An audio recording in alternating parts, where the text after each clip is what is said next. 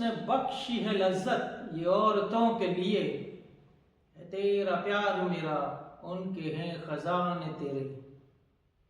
But since she pricked thee out for woman's pleasure, mine be thy love, and thy loves use their treasure।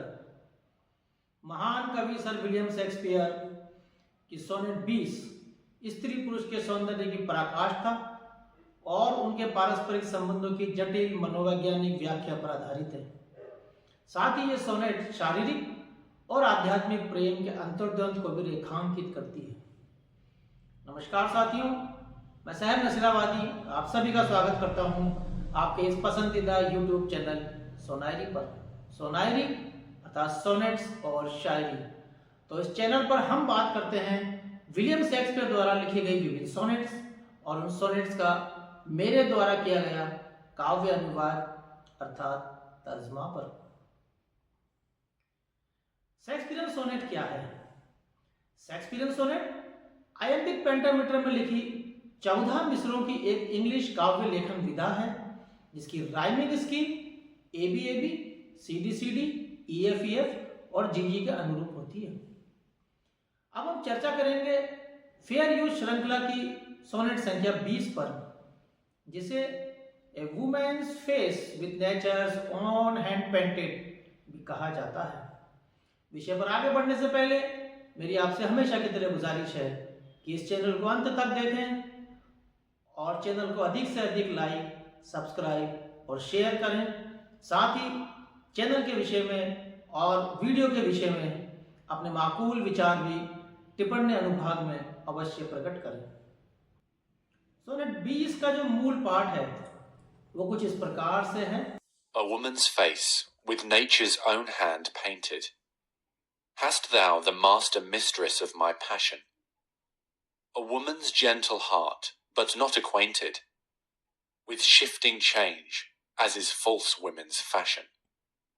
An eye more bright than theirs, less false in rolling, gilding the object whereupon it gazeth. A man in hue, all hues in his controlling, which steals men's eyes and women's souls amazeth. And for a woman wert thou first created, till nature as she wrought thee fell a doting, and by addition me of thee defeated, by adding one thing to my purpose nothing. But since she pricked thee out for women's pleasure, mine be thy love, and thy loves use their treasure.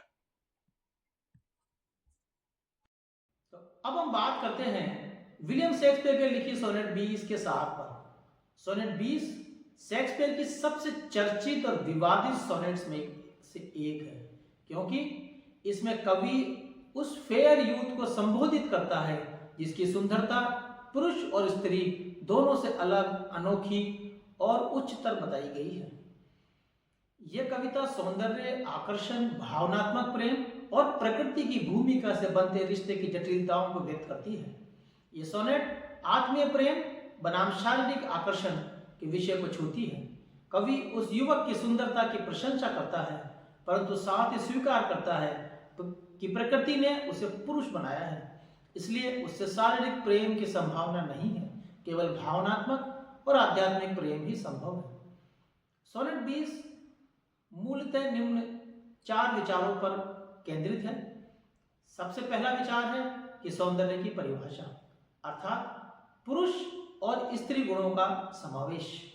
कवि fair youth को women's face with nature's own hand painted कहता है, अर्थात उसकी सुंदरता स्त्री जैसी कोमलता, आकर्षण और भावनाओं को जगाने वाली है। लेकिन यह केवल स्त्री जैसा नहीं है, बल्कि उससे श्रेष्ठ है, क्योंकि उसमें पुरुषत्व की गरिमा, दृढ़ता और स्थिरता भी है। इसका भाव यह है कि वह युवक मनुष्य की दोनों सुंदरताओं की परिपूर्ण मिलन का प्रतीक है, अर्थात उसमें एक तरफ जहां स्त्री की मोहकता है, पुरुष का गरिमामय स्वरूप भी उसमें परिलक्षित होता है। दूसरा विचार जो इस सोनेट्स में है वह है प्रेम में ईर्ष्या और उसकी स्वीकृति। कवि कहता है कि यह युवक स्त्रियों को अत्यधिक आकर्षित करता है, वह उसे चाहती हैं, उसका ध्यान पाना चाहती हैं।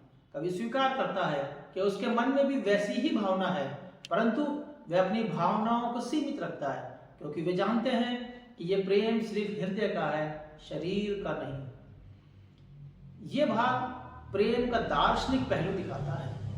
कभी हम किसी से प्रेम करते हैं, परंतु हमारा ये अधिकार भी नहीं होता कि हम अपना प्रेम पूर्ण रूप में जी पाए। 20 में जो तीसरा विचार प्रमुखता के साथ परिलक्षित हुआ है वो है प्रकृति की योजना और भाग्य। सोनेट 20 में एक जगह कवि कहता है कि प्रकृति ने पहले फेयर यूथ को स्त्री बनाने का मन बनाया था, परंतु किसी क्षण उसके हाथ डगमगा गए और उसने पुरुषत्व जोड़ दिया। यानी यह व्यक्ति उस सीमा पर खड़ा है जहां स्त्री और पुरुष दोनों की सुंदरता एक साथ मिलकर पूर्ण बनती है। यह विचार इस सोनेट का दार्शनिक संकेत है, अर्थात सौंदर्य और आत्मा लिंग से ऊपर है। चौथा और अंतिम जो विचार इस सोनेट में दिखाई देता है वह है 2 प्रकार का अधिकार। कवि अंत में कहता है कि तेरा शरीर संसार की स्त्रियों के लिए है, लेकिन तेरी आत्मा और भावनाएं मेरी हैं।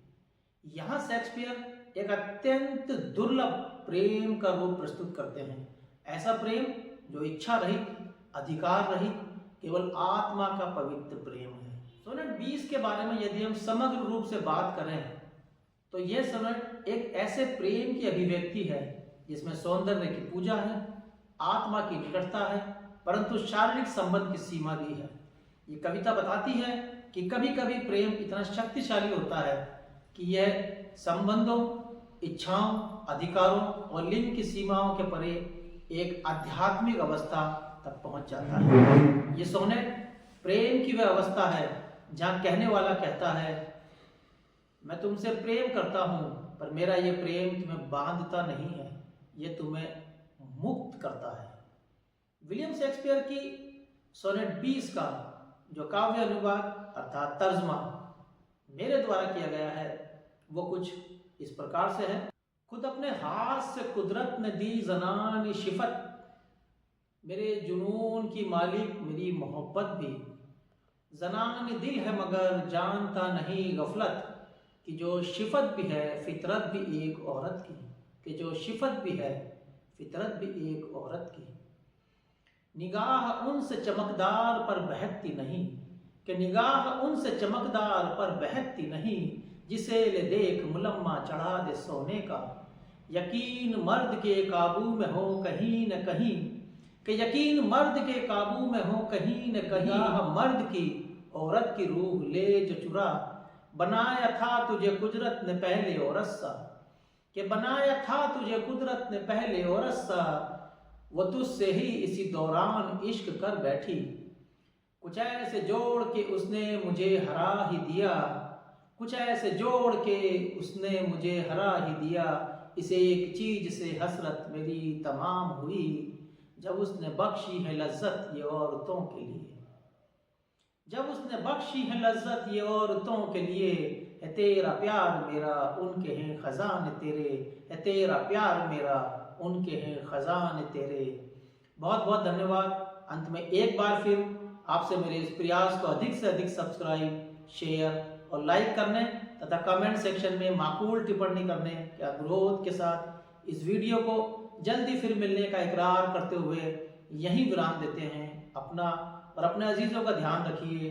खुदा हाफिज, शब बखैर।